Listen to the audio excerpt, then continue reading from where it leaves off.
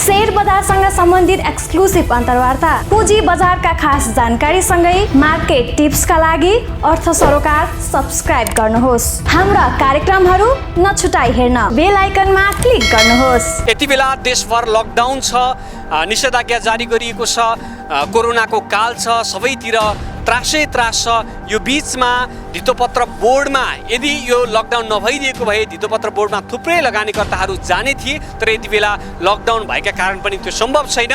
Company एकवटा टोकेर उनीहरूले जुन निकालेको छ नि त्यसले चाहिँ अब त्यो खराब नै हो भने चाहिँ उनीहरूले पहिल्यै अब आन्तरिक सुधार गर्ने किसिमले गर्नुपर्नेमा चाहिँ हामी लगानीकर्ता, हामी जस्ता साना लगानीकर्ता विभिन्न वर्गका लगानीकर्तालाई चाहिँ अब लगानी तोकिएको एकवटा कम्पनीमा लगानी गर्ने कि नगर्ने जुन अन्यलग्रस्त गरेको त्यसकोमा चाहिँ अलिकति तमाम लगानीकर्तालाई समस्या परेको छ। र विशेष गरी 51वटा सूचीमा कतिपय राम्रा कम्पनीहरू पनि छन् र कतिपय नराम्रा कम्पनीहरू नअटेका पनि छन्।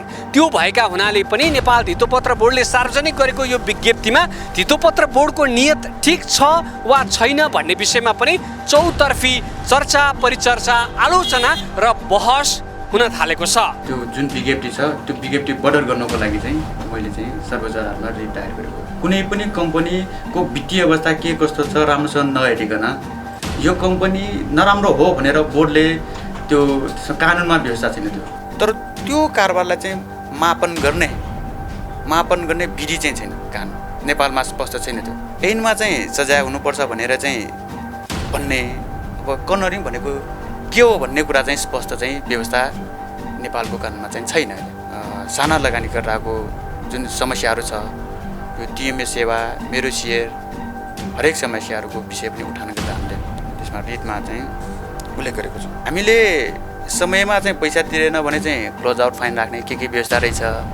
अनि हामीलाई पैसा चाहिँ महिनौ दिन पछाडि आएपछि चाहिँ त्यसको न ब्याज छ, हामीलाई केही पनि छैन भनेपछि यो चाहिँ कानुन बमोजिमको कार्य भएन।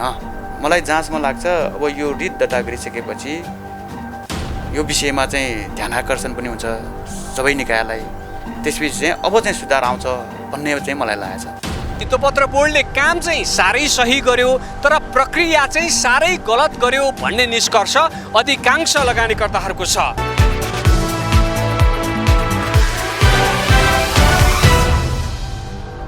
आदरणीय दर्शकहरू नमस्कार, कार्यक्रम अर्थ सरोकारको यो नयाँ श्रृङ्खलामा तपाईँलाई स्वागत छ। म सुरज प्याकुरेल र यति बेला हामी सर्वोच्च अदालत अगाडि उपस्थित भएका छौँ र विशेष गरी नेपाल धितोपत्र बोर्डले 51वटा कम्पनी साह्रै जोखिमयुक्त छ भनेर सार्वजनिक गरेको विज्ञप्तिका विरुद्ध यति बेला एकजना अधिवक्ताले रिट दायर गर्दै हुनुहुन्छ सर्वोच्च अदालतमा र उक्त रिटमा धितोपत्र बोर्डले जारी गरेको सो विज्ञप्ति बदर गर्नुपर्ने माग गरिएको छ र आजको अङ्कमा हामी त्यो रिटमा थप अरू के छ, यसरी सर्वोच्च अदालतमा रिट किन दायर गर्नु पर्यो वा उनले किन दायर गरे भन्ने विषयमा उहाँसँग गरिएको विशेष कुराकानी र उहाँसँगै एकजना निवेदक पनि हुनुहुन्छ यो विषयमा सर्वोच्च अदालतमा रिट दायर गर्नुहुने उहाँको भनाइ के छ भन्ने विषयमा विस्तृतमा कुराकानी गर्दैछौँ। आउनुहोस् हाम्रो कार्यक्रम सुरु गरौँ। र दर्शकहरू, सम्मानित सर्वोच्च अदालतमा निवेदन पत्र यति बेला चढाइसक्नु भएको छ। नेपालको संविधानको धारा 76, 133, 2 र 3 बमोजिम उत्प्रेषण परमादेश लगायतका अन्य उपयुक्त आदेश जारी गरी पाऊँ भनी भक्तपुर नगरपालिका वडा नम्बर 2 परिवर्तित वडा नम्बर 8 बस्ने वर्ष 35 को अधिवक्ता रविन बोहजु यो मुद्दामा निवेदक, विशेष गरी यो रिटमा निवेदक हुनुहुन्छ भने भक्तपुर जिल्ला भक्तपुर नगरपालिका वडा नम्बर 7 बस्ने मोहन नारायणका नाति नील नारायणका छोरा वर्ष 35 को सुरेन्द्र कोजु पनि यो मुद्दामा निवेदकको रूपमा हुनुहुन्छ भने यो मुद्दा चाहिँ नेपाल सरकार अर्थ मन्त्रालय सिंहदरबार काठमाडौँ, कानुन मन्त्रालय, नेपाल धितोपत्र बोर्ड कुमलटार ललितपुर र नेपाल स्टक एक्सचेन्ज लिमिटेड काठमाडौँलाई विपक्षी बनाइएको छ। विशेष गरी नेपाल धितोपत्र बोर्डले गत 1 गते जुन 51वटा कम्पनीको सूची सार्वजनिक गर्यो र भन्यो यी कम्पनीहरू जोखिमपूर्ण छन्, यी कम्पनीहरूमा लगानी गर्न वा लगानी गरेका लगानीकर्ताहरूलाई सचेत गराइन्छ भन्ने आशयको जब विज्ञप्ति जारी गर्यो, त्यो विज्ञप्ति जारी गरेको भोलिपल्ट नै नेप्सेमा ठुलो करेक्सन भयो र लगानीकर्ताहरूले ठुलो रकम गुमाए। त्यसपछि नेपाल धितोपत्र बोर्डले आफ्नो क्षेत्राधिकार समेत मिचेर यो विज्ञप्ति जारी गरेको भन्दै यति बेला सर्वोच्च अदालतमा रिट दायर भएको छ र सर्वोच्च अदालतमा दायर भएको यो रिटको पेशी आइतबारका लागि तोकिएको छ। र दर्शकहरू 51वटा कम्पनीको सूची नेपाल धितोपत्र बोर्डले सार्वजनिक गरेपछि यसको चौतर्फी आलोचना भएको छ। विभिन्न सङ्घ सङ्गठनहरूले यसको खुलेर विरोध गरेका छन्। लगानीकर्ताका सङ्गठनका नेताहरूले पनि विज्ञप्ति जारी गरेर यो कामको भर्त्सना गरेका छन्। यो कामप्रति ध्यानाकर्षण गराउँदै वा ध्यानाकर्षण भएको भन्दै उनीहरूले धितोपत्र बोर्डले आफ्नो क्षेत्राधिकार मिचेको वा आफ्नो परिधिभन्दा बाहिर रहेर काम गरिरहेको भनिरहेका छन्। यसै गरी विभिन्न अन्य सङ्गठनहरूले पनि नेपाल धितोपत्र बोर्डले लगानीकर्ताको मनोबल गिराउने काम गरेको भन्दै यो प्रकरणमा चौतर्फी रूपमा आलोचना भइरहेको छ र धेरै आम लगानीकर्ताहरूले पनि वा विशेष गरी शेयर बजारका लगानीकर्ताहरूले पनि नेपाल धितोपत्र बोर्डले गरेको कामका कारण साह्रै समस्यामा परेको वा आफ्नो लगानी थप जोखिममा परेको भन्दै यति बेला नेपाल धितोपत्र बोर्डको चौतर्फी आलोचना गरिरहेका छन्। हुन त नेपाल धितोपत्र बोर्डले 51वटा कम्पनीहरूको सूची सार्वजनिक गर्दै गर्दा यिनीहरू अनुसन्धानको दायरामा छन् भन्ने आशय व्यक्त गरेको छ।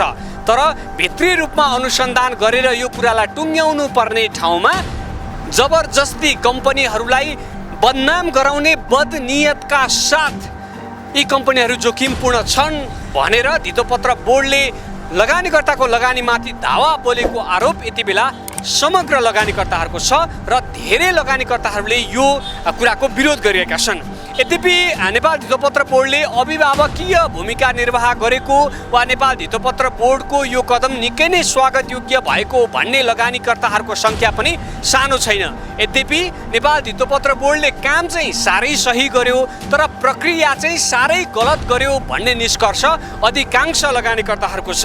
विशेष गरी नेपाल धितोपत्र बोर्डले यदि कुनै कम्पनीले गलत गरेको भए तिनलाई सम्पूर्ण अनुसन्धान सकेर कारबाहीको दायरामा ल्याउनु पर्थ्यो। तर अनुसन्धान हुँदैछ, यी कम्पनीहरूका बारेमा अनुसन्धान हुँदैछ भनेर जसरी 51वटा कम्पनीको सूची सार्वजनिक गर्यो, भोलिपल्ट नै नेप्सेमा अधिकांश यी कम्पनीहरूको सेयर मूल्य घटेपछि लगानीकर्ताहरू यति बेला त्रासमा छन्। लगानीकर्ताहरू अब यी कम्पनीहरूमा लगानी गर्न साँच्चै जोखिमपूर्ण छ भन्ने निष्कर्षमा त पुगिने होइन भन्ने त्रासमा छन्। र दर्शकहरू यति बेला सर्वोच्च अदालतमा नेपाल धितोपत्र बोर्ड लगायतका अन्य निकायहरूलाई विपक्षी बनाएर रिट दायर गरिएको छ। यो रिटमा के भनिएको छ, यो रिटमा के छ, सर्वोच्च अदालतमा यो रिट हाल्ने अधिवक्ता र निवेदक के भन्छन्, अबको क्रममा यो हेर्नुहोस्।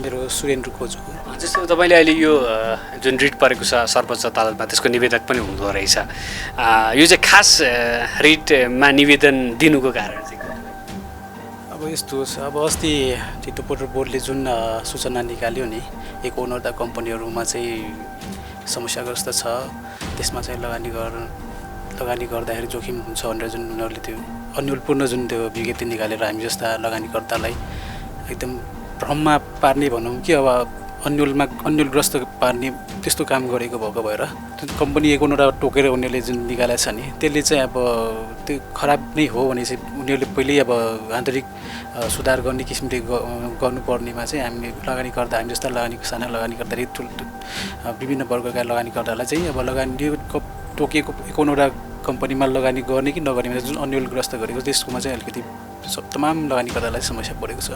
जुन संस्था जुन निकायहरूलाई चाहिँ नियमन गर्नुपर्ने हो, जुन कन्ट्रोल गर्नुपर्ने हो, त्यो चाहिँ नगरिएको निकायहरूले चाहिँ त्यति चासो देखाएको जस्तो हामीलाई लागेको भएर चाहिँ अलिकति ध्यान आकर्षण गर्ने हिसाबमा पनि हामीले चाहिँ निवेदन सर्वोच्चमा निवेदन गर्न गएको हो। सरलाई अर्थ सरकारमा स्वागत छ। हजुर नमस्ते। जस्तो आज तपाईँले सर्वोच्चमा रिट दायर गर्नु भएको छ, यसका विषयमा चाहिँ हामीलाई संक्षिप्त जानकारी दिनुहोस् न। यो सर्वोच्च अदालतमा रिट दर्ता गर्नुको कारण मुख्यतः यो आम लगानीकर्ताहरू छन् नि सेयर बजारमा, यो सेयर बजारमा जुन आम लगानीकर्ताहरूलाई यो हरेक किसिमका समस्याहरू हुने रहेछ।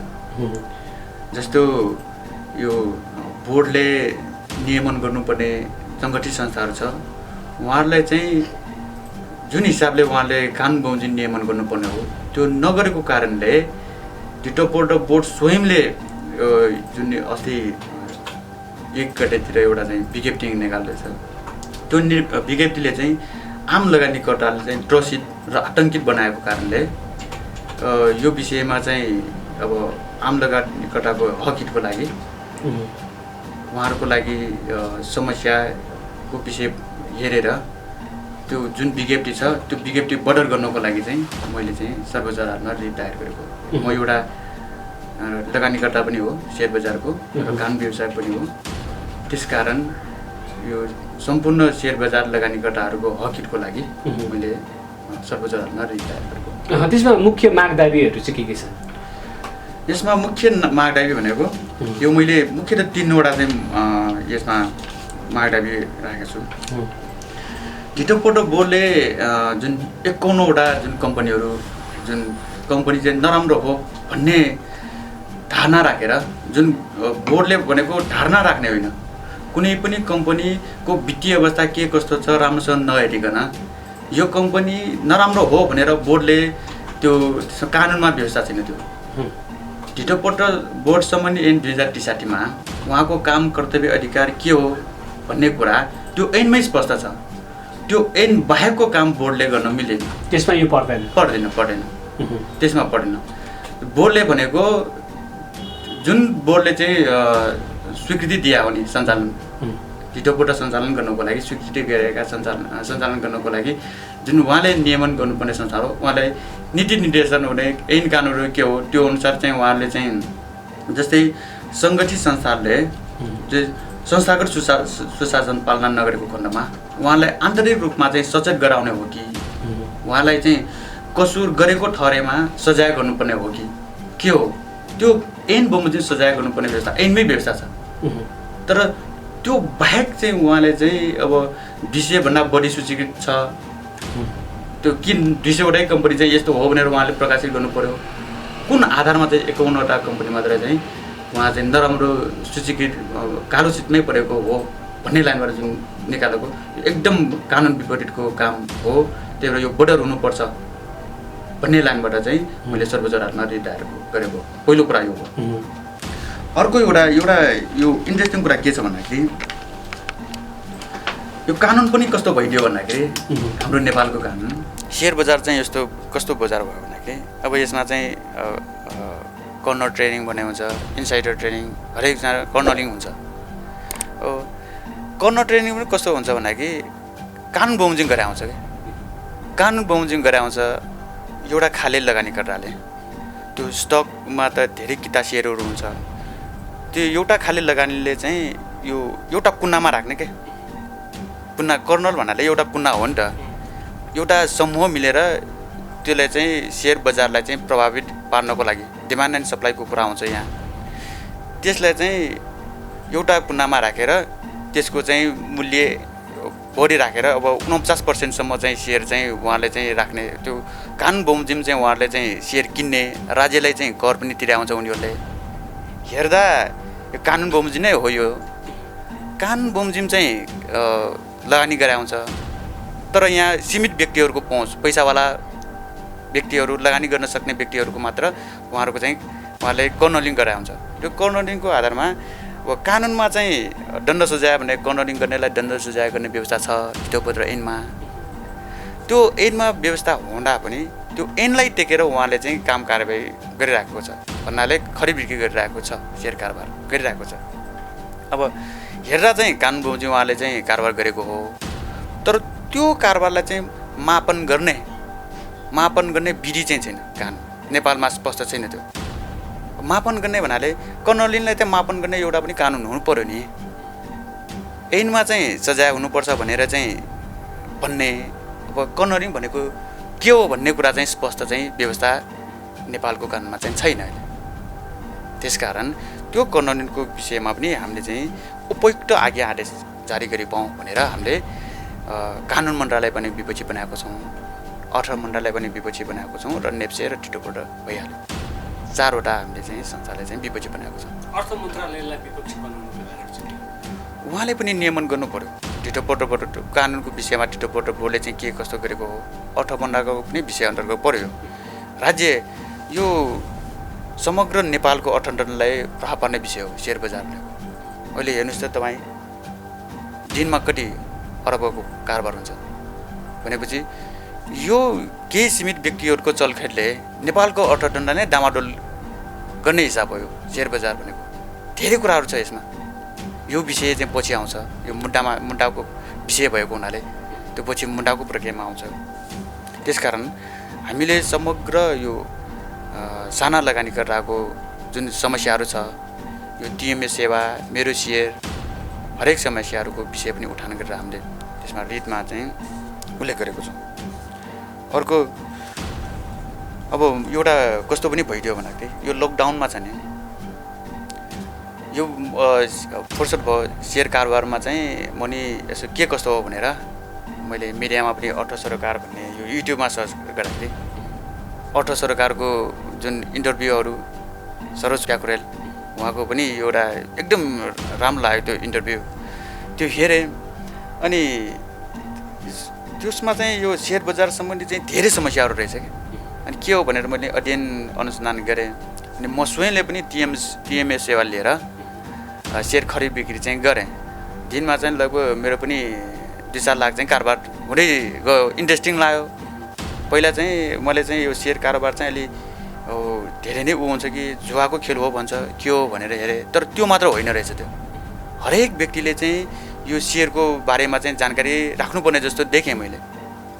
अनि त्यो गर्दा के भयो भन्दाखेरि मैले 3 लाखको जति चाहिँ मैले सेयर बिक्री गरेँ। हाइड्रोको पनि छ त्यसमा, कम्पनी कमर्सियल ब्याङ्कको पनि छ। 3 लाख जतिको मैले सेयर बेचेँ गर्दाखेरि त्यो लगभग मलाई 1 महिनापछि आएर मलाई चाहिँ त्यो पैसा मेरो खातामा जम्मा भयो भनेपछि त्यसमा पनि अब हामीले समयमा चाहिँ पैसा तिरेन भने चाहिँ क्लोज आउट फाइन राख्ने के व्यवस्था रहेछ। अनि हामीलाई पैसा चाहिँ महिनौ दिन पछाडि आएपछि चाहिँ त्यसको न ब्याज छ, हामीलाई केही पनि छैन भनेपछि यो चाहिँ कानुन बमोजिमको कार्य भएन। यस्तो व्यवस्था चाहिँ यो बोर्डको पनि दायित्वको विषय हो। यस्तो चाहिँ यो ब्रोकर कम्पनीहरूले चाहिँ यस्तोमा चाहिँ समय सापेक्ष अनुसार चाहिँ काम गरिरहेको छ कि छैन, त्यो बोर्डको पनि दायित्वको विषय हो नि त। त्यस्तो के कस्तो छ भने त्यसले रेगटेक अनुमोदन नियम त्यो गर्नुपर्ने हो। त्यो नगरेको विषय पनि उठान गरेर परमादेश जारी गरी पाऊँ भन्ने लाइनबाट मैले चाहिँ रिट जारी गरेको छु। अब यो चाहिँ प्रक्रिया चाहिँ के हुन्छ? अब यसमा प्रक्रिया यस्तो हुन्छ। आज चाहिँ हामीले चाहिँ रिट दायर गरिसकेका छौँ। यो अब यसको चाहिँ आइतबार हामीलाई पेशी तोकेको छ। अब पेशीमा चाहिँ सुरुमा चाहिँ एकपक्षीय चाहिँ बहस हुन्छ निवेदकको मात्र। त्यो निवेदकको बहस भइसकेपछि अब त्यो अन्तरिम आदेश जारी गर्नुपर्ने हो कि होइन त्यो विषयमा बहस हुन्छ। त्यो लगानीकर्ताहरूलाई चाहिँ इरेभेबल लस भन्नाले अपूरणीय क्षति भएको छ कि छैन। अपूरणीय क्षति देख्यो भने चाहिँ न्यायाधीशले आइतबार अब आउने पेशीमा नै चाहिँ हामीलाई अन्तरिम आदेश दिन्छ। अब यो विषयमा हेर्नुपर्ने बाँकी छ। अहिलेको लागि चाहिँ कारण देखाओ आदेश भन्ने छ। त्यो कारण देखाओ आदेश पनि जारी गर्न सक्छ। अबको बहसमा चाहिँ अन्तरिम आदेश दिने हो कि कारण देखाओ मात्र आदेश जारी गर्ने हो भन्ने विषय रहन्छ। अब त्यसपछि चाहिँ कारण देखाओ आदेश जारी भइसकेपछि 15 दिनको म्याद जान्छ। त्यही अनुसार चाहिँ उहाँहरूको चाहिँ लिखित जवाब पर्छ। लिखित जवाब परिसकेपछि यसको फेरि अर्को बहस हुन्छ। तपाईँले यो रिट दायर गर्दाखेरि चाहिँ लगानीकर्तालाई एकदम असर गरेको हो भन्ने लागेर गर्नुभयो? हजुर हजुर, यो लगानीकर्ताहरूको समस्याहरूलाई मध्यनजर राखेर नै दायर गरेको रिट हो। यो समग्र अर्थतन्त्रलाई प्रभाव पनि पारेकोले सेयर बजारले यो रिट दायर गर्ने विषय भएकोले नै यो दायर गरेको हो। आम लगानीकर्ताहरूलाई र यो अर्थतन्त्रलाई पनि धेरै किसिमले चाहिँ प्रभाव पार्ने भएर रिट दायर गरेको। जस्तो यो तपाईँले रिट दायर गर्नुभयो, त्योभन्दा अगाडि तपाईँले अध्ययन पनि गर्नुभयो होला, लगानीकर्ताहरू साँच्चै समस्यामा परेका छन् कि छैनन्, वा त्यो विज्ञप्तिपछि लगानीकर्तालाई कस्तो असर पर्यो भन्ने पाउनुभयो? यो भोलिपल्टै यो नेप्सेको तपाईँ हेर्नु स्वाट्टै चाहिँ सबै रातो देखिया छ। अघिल्लो दिन चाहिँ हामीले हेर्दाखेरि अब कतिपय राम्रो कम्पनी पनि अरू कम्पनीको पनि सबै हरियाली छाएको थियो। जब विज्ञप्ति आयो, विज्ञप्ति आइसकेपछि सबै अक्सर यो 51वटा कम्पनीको चाहिँ सबैको चाहिँ मूल्य घटेको छ, धेरै अङ्कले पनि घटेको धेरै छ। अब त्यसपछि बोर्डको अध्यक्षज्यूले एउटा यो विषयमा चाहिँ गलत भएको जुन धारणा पनि पत्रचार मिडियामा पनि आएको बेलामा चाहिँ फेरि भोलिपल्ट चाहिँ केही अघिल्लो दिनको भन्दा पनि केही चाहिँ घटेको छ। अहिले पनि यसमा सुधार आउन धेरै बाँकी छ। मलाई जहाँसम्म लाग्छ अब यो रिट दर्ता गरिसकेपछि यो विषयमा चाहिँ ध्यान आकर्षण पनि हुन्छ सबै निकायलाई, त्यसपछि चाहिँ अब चाहिँ सुधार आउँछ भन्ने चाहिँ मलाई लागेको छ। यसमा चाहिँ अब होइन यो सेयर बजारमा पनि अब यस्तो विषय चाहिँ राखेर रिट परेको छ, मुद्दा परेको छ भन्ने जानकारी गइसकेपछि अब यो विषयमा चाहिँ सम्बन्धित निकायलाई चाहिँ ध्यान आकर्षण पनि भयो, दबाब पनि भयो, अब चाहिँ सुधार हुन्छ भन्ने मलाई चाहिँ आशा छ। त्यस्तो विपक्षी बनाउनु भएको छ नि तपाईँले, एउटा कानुन मन्त्रालयलाई पनि बनाउनु भएको छ, अर्थ मन्त्रालयलाई पनि बनाउनु भएको छ, वा नेप्सीलाई पनि बनाउनु भएको छ, धितोपत्र बोर्डलाई पनि बनाउनु भएको छ। अब हामीलाई बुदागत रूपमा भनिदिनुहोस् न, धितोपत्र बोर्डले अब के गर्नुपर्छ, नेप्सीले के गर्नुपर्छ, अर्थ मन्त्रालयले के गरिदिए राम्रो हुन्छ, वा कानुन मन्त्रालयले गर्नुपर्ने कामहरू के हुन सक्छन्? अब यसमा अघि पनि मैले भने यो धितोपत्र बोर्डको जुन काम कर्तव्य अधिकारको कुरा छ, त्यो धितोपत्र बोर्डले त्यसमा काम कर्तव्य अधिकार ऐनमा स्पष्ट भए तापनि त्यो बमोजिमको चाहिँ अब त्यहाँ इन्साइडर ट्रेडिङको हरेक कुराहरू छ, यसमा भित्र धेरै छ त्यहाँ। त्यो उहाँले चाहिँ सङ्गठित संस्थालाई नियमन गर्नु पर्यो पहिलो कुरा। हो त्यो सूचीकृत संस्थाले नेप्सीले पनि त्यही अनुसारको चाहिँ ब्रोकर कम्पनीहरूलाई त्यो अनुसार चाहिँ उहाँले चाहिँ कानुन बमोजिम चाहिँ उहाँले चाहिँ अनुसन्धान यो वित्तीय कारोबारको छ, अडिट रिपोर्ट हरेक त्यो उहाँहरूको चाहिँ वित्तीय विवरणहरू छ, त्यो ठिक छ छैन, राम्रो कम्पनी हो कि होइन। अब सूचना गर्न त उहाँले चाहिँ सूचना मिडियामा विज्ञप्तिमा चाहिँ आम लगानीकर्ताको हक हितको लागि चाहिँ उहाँले चाहिँ मिठो भाषामा चाहिँ उहाँले विज्ञप्तिमा त्यो भाषा लेखेको छ। त्यो उहाँको त्यो उहाँहरूको चाहिँ लेखाइको त्यो कुन एङ्गलबाट लेखेको, लगानीकर्ताको हक हितको लागि भनेर त्यहाँ मिठो शैलीमा मिठो भाषामा लेखेको छ, तर त्यहाँ घुमाउरो पाराले चाहिँ यो कम्पनी 51वटा चाहिँ खराब कम्पनी हो है भनेर त्यहाँ भनेको छ। त्यो हेर्दा माथि चाहिँ हाम्रो लागि हक हितको लागि भनेको छ, तर 51वटा चाहिँ खराबै हो, यसमा लगानी नै नगर्नु भनेको अर्थ छ। मेरो चाहिँ आज चाहिँ मैले चाहिँ हाइड्रोको या 51वटा कम्पनीको मध्येको चाहिँ मैले धेरै मूल्यमा चाहिँ आज किनेको छ भने त्यो सूचनाले त्यो चाहिँ कारोबार बन्द भएको 3 बजे पछाडि त्यो विज्ञप्ति आएको भनेपछि मलाई कति हानि भयो त? मेरो लगानीको मैले असुरक्षा भयो। त्यो मेरो लगानी असुरक्षा भएपछि सुरक्षित बनाउने त्यहाँ त माथि उसले विज्ञप्तिमै भनेको छ, आम लगानीकर्ताहरूको हक हितको सुरक्षाको लागि भनेर उसले जिम्मेवारी जुन बोर्ड गरेर त्यहाँ चाहिँ लेखाएको छ नि विज्ञप्तिमा भनेपछि अब मेरो त त्यो विज्ञप्ति आउनुभन्दा अगाडि नै मैले त्यहाँ किनिसकेको छु नि त। झट्ट तरङ्गित बनाउने हिसाबले त्यो विज्ञप्ति त्यसरी निकाल्नु हुँदैन भन्नु खोजे, नभए उसले चाहिँ अब त्यहाँ हुन्छ उसले 28 गतेतिर मलाई लाग्छ 28 गतेतिर उसले एउटा विज्ञप्ति निकाल्छ, त्योसम्म ठिक छ, त्यहाँ केही समस्या छैन। उसले त्यो अध्ययन अनुसार कम्पनी ठिक हो होइन भन्ने उसलाई त टाइम आन्तरिक रूपले कारबाही गर्नुपर्ने हो के हो, त्यो कम्पनीमै ऐन कानुनमै व्यवस्था छ। त्यो कानुनमा व्यवस्था भएको विषयलाई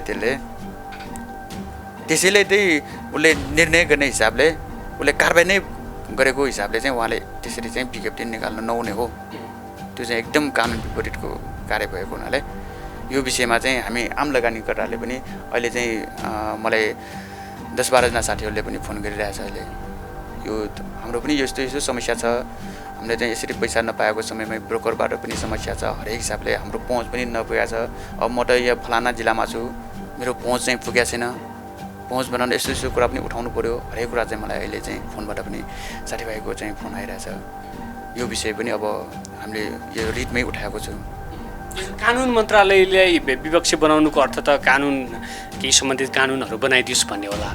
हो एकदम मैले अघि पनि मैले भने त्यो कानुनमा केही कमी कमजोरी हुन्छ, त्यो त्यसमा चाहिँ अब अघि भने नि कोही लगानीकर्ताहरूले कानुनकै सहयोगबाट हेर्दा अब कानुन अब राज्यलाई ट्याक्स दिइरहेछ, कर्नलिङको कुरा हो, कर्नलिङ गर्नेलाई चाहिँ सजाय गर्ने व्यवस्था भने कानुनै छ। त्यही कानुनमा टेकेर उहाँहरूले चाहिँ यो केही सीमित ठुला व्यवसायहरूले चाहिँ उहाँहरूले चाहिँ कारोबार गरिरहेको छ। यो विषयमा चाहिँ उपयुक्त चाहिँ कानुन बनाउनु पर्यो भनेर हामीले कानुन मन्त्रालय पनि विपक्षी बनाएर उपयुक्त आगे आदेश जारी गरी पाऊँ भनेर हामीले रिट निवेदनमा चाहिँ माग दाबी गरेका छौँ। नेप्सेलाई विपक्षी बनाउनु कारण नेप्सेलाई विपक्षी बनाउनु कारण पनि उहाँले पनि अब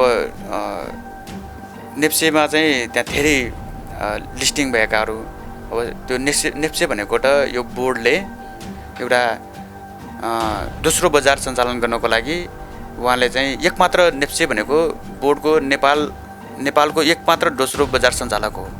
दोस्रो बजार सञ्चालक हो नेप्से भनेपछि उहाँको मोनोपोली चल्यो क्या त्यहाँ भन्नाले मोनोपोली चल्यो भन्नाले उहाँले अब उहाँको पनि कर्तव्य हो। उहाँले चाहिँ यो जुन लिस्टेड भएका सञ्चालकहरू छ नि उहाँलाई पनि अब यो विषयमा चाहिँ वित्तीय विवरण ठिक छ छैन भन्ने कुरा पनि यकिन चाहिँ उहाँ लगानीकर्ताहरूलाई चाहिँ सूचना प्रवाह चाहिँ गर्नुपर्छ भन्ने हिसाबले चाहिँ उहाँलाई पनि विपक्षी बनाएको। भनेको समग्रमा भन्दाखेरि यो रिटमा एउटा त अस्तिको विज्ञप्ति बदर गर्नु पर्यो भन्ने कुरा छ, अर्को चाहिँ जस्तो टिएमएसमा आएका समस्याहरू समाधान हुनु पर्यो वा भनौँ न यो ब्रोकरहरूका समस्या पनि समाधान हुनु पर्यो भन्ने खालको उचित कानुन पनि बनाइनु पर्यो, नियमन पनि गरिनु पर्यो भनेर समग्रमा तपाईँले त्यो खालको अदालतको आदेश खोज्नु?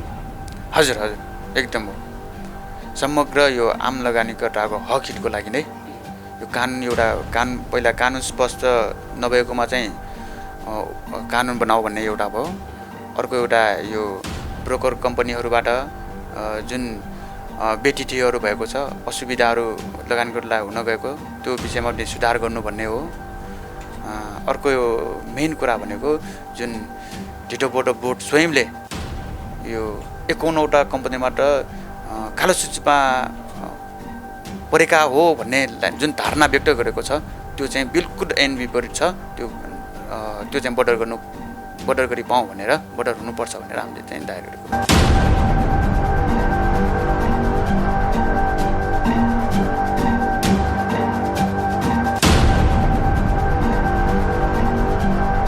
र दर्शकहरू, नेपाल धितोपत्र बोर्डले 51वटा कम्पनीको सूची सार्वजनिक गरिरहँदा चौतर्फी रूपमा आलोचना त बढेको छ नै र अधिवक्ताका कुरा सुनिसकेपछि वा निवेदकका कुरा सुनिसकेपछि निष्कर्ष यो जरुर हुन सक्छ कि नेपाल धितोपत्र बोर्डले आफ्नो क्षेत्राधिकार मिचेर आफ्नो दायरा मिचेर जे गर्नु पर्थ्यो त्यो नगरिकन जे नगरे पनि हुन्थ्यो त्यो जसरी पनि गर्छु भन्ने शैलीमा विज्ञप्ति सार्वजनिक गरेको छ र सार्वजनिक सो विज्ञप्तिका कारण धेरै लगानीकर्ताहरू मारमा परेको भन्दै यति बेला सर्वोच्च अदालतमा रिट दायर भएको छ।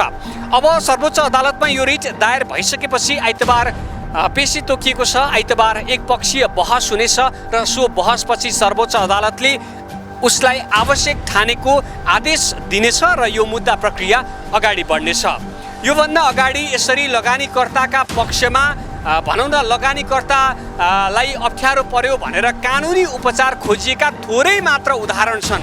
तर यति बेला अधिवक्ता रबिन बोहजुले सर्वोच्चमा रिट दायर गर्नु भएको छ र यसले पनि चौतर्फी रूपमा एउटा नयाँ तरङ्ग उत्पन्न भएको छ। अब के साँच्चै धितोपत्र बोर्डले गरेका यस्ता कामहरू उसको शैलीमा जसरी आउँछ त्यसको प्रतिकार लगानीकर्ताका तहबाट पनि हुन्छ वा कानुनी रूपमै हुन्छ भन्ने खालका बहसहरू पनि छेडिएका छन्। र दर्शकहरू, यसरी नेपाल धितोपत्र बोर्डका विरुद्ध अन्य निकायहरूलाई पनि विपक्षी बनाएर जारी गरिएको रिटमा अब कस्तो खालको आदेश हुन्छ, कस्तो खालको सुनवाई हुन्छ, बहसमा के हुन्छ, त्यसपछि यो प्रक्रिया कसरी अगाडि जान्छ, नेपाल धितोपत्र बोर्डले जारी गरेको विज्ञप्ति खारेज हुन्छ कि हुँदैन, खारेज नभए के हुन्छ, खारेज भयो भने के हुन्छ, हामी यी तमाम विषयको निरन्तर फलोअपमा छौँ र यो प्रकरणमा जे हुन्छ हामी अर्थ सरोकार मार्फत सो घटना जस्ताको त्यस्तै वा सो घटनाक्रम जस्ताको त्यस्तै प्रसारण प्रकाशन गर्दै जानेछौँ। अर्थसरोकार.com र अर्थ सरोकार टेलिभिजन कार्यक्रम हेर्दै र पढ्दै रहनुहोला। आजका लागि भने कार्यक्रम सकियो। कार्यक्रमका सम्पूर्ण युनिटसँगै म सुरज प्याक्रेललाई पनि बिदा दिनुहोस्। नमस्ते। अर्थ सरोकार सब्स्क्राइब गरिदिनु भएकोमा धन्यवाद। लेख्छ सत्य बोल्छ तथ्य अर्थ सरोकार।